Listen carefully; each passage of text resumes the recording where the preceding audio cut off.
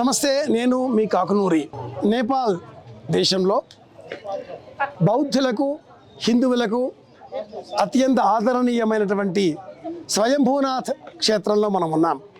స్వయంభూనాథ్ అనగానే అది విష్ణువుకు శివుడికి సంబంధించిన క్షేత్రం కాదు సుమా, బౌద్ధ ధర్మానికి సంబంధించిన క్షేత్రం. బౌద్ధ మతం వ్యాపితం అయ్యేటటువంటి తరుణంలో 1500 సంవత్సరాలకు పూర్వం మంజుశ్రీ అనే ఒక బౌద్ధ ప్రచారకుడు ఈ ప్రాంతంలో బౌద్ధ మతాన్ని ప్రచారం చేస్తూ చాలా పెద్ద సరస్సు ఈ కొండ మీద ఉండేది. ఈ కొండ మీద ఉన్న ఆ సరస్సుకు ఒక చిన్న గాడి ఏర్పాటు చేయడంతో ఆ నీరంతా నేలపైన జారిన అనంతరం ఈ ప్రాంతమంతా పెద్ద నగరం విస్తరించింది. ఖట్మండు నగరంలో ఇదే అత్యంత పెద్దది, విశాలమైన ప్రాంతం. అనంతరం ఆ మంజుశ్రీ బౌద్ధ మతాన్ని విస్తృతంగా ప్రచారం చేస్తున్న తరుణంలో ఈ కొలనులో ఒక తామర ఉండేది. ఆ తామర నీరు పోయిన అనంతరం ఒక స్తూపంగా పరిణమించింది. ఆ స్తూపమే ఈ స్తూపం. ఈ స్తూపానికి 4 వైపులా కన్నులను ఏర్పాటు చేశారు. ఇవి బౌద్ధ ధర్మాన్ని సూచించేవి. బుద్ధం శరణం గచ్ఛామి, ధర్మం శరణం గచ్ఛామి, సంఘం శరణం గచ్ఛామి. ఈ నినాదములతో బౌద్ధ మతానికి సంబంధించిన ఈ స్తూపాన్ని అనంతరం అశోకుడు అభివృద్ధి చేశాడు. బౌద్ధ ధర్మంలో అష్టాంగ మార్గాన్ని 4 ఆర్య సత్యముల ద్వారా బోధించిన విధానం మనం తెలుసుకునే ఉన్నాం. ఈ అష్టాంగ మార్గం 4 ఆర్య సత్యాల సారాంశం అంతా సనాతన ధర్మానికి సంబంధించిన అద్వైత సిద్ధాంతంగా కూడా మనం గమనించి ఉండడంతో అద్వైత ధర్మమే క్రమేణా బౌద్ధంగా పరిణమించింది అని కూడా చెబుతారు. అందులో ఆ బౌద్ధ ధర్మానికి సంబంధించిన బోధిసత్వ వృత్తాంతాలు కూడా విష్ణువు వృత్తాంతానికి చెందినవిగా ఉంటాయి.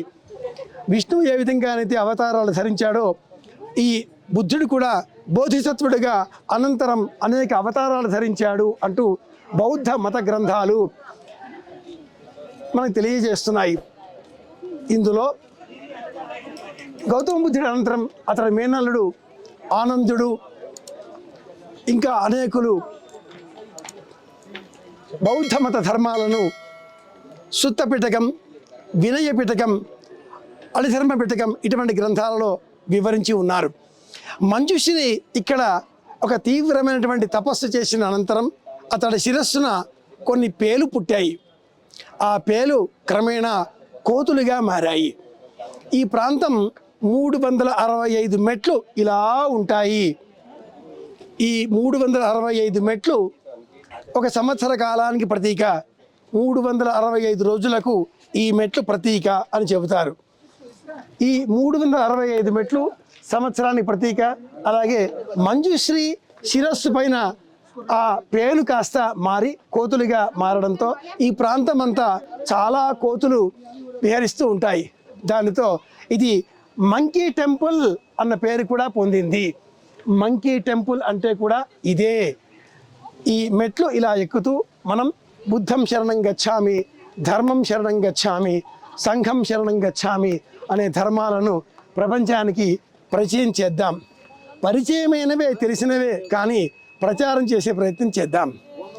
బౌద్ధ ధర్మంలో నాదం చాలా విశేషం. ఆ నాదాన్ని ఇదిగో ఇలా మనం గమనించవచ్చు. Vibrations, positive vibrations. ఒక శబ్దం ఇలా చేసి అనంతరం ఇలా మనం చక్రంతో తిప్పడంతో ఓం ప్రణవనాదం ఉద్భవిస్తోంది. శరీరం అంతా కూడా ఆ నాదం యొక్క స్పందనలని నేను పొందుతున్నాను.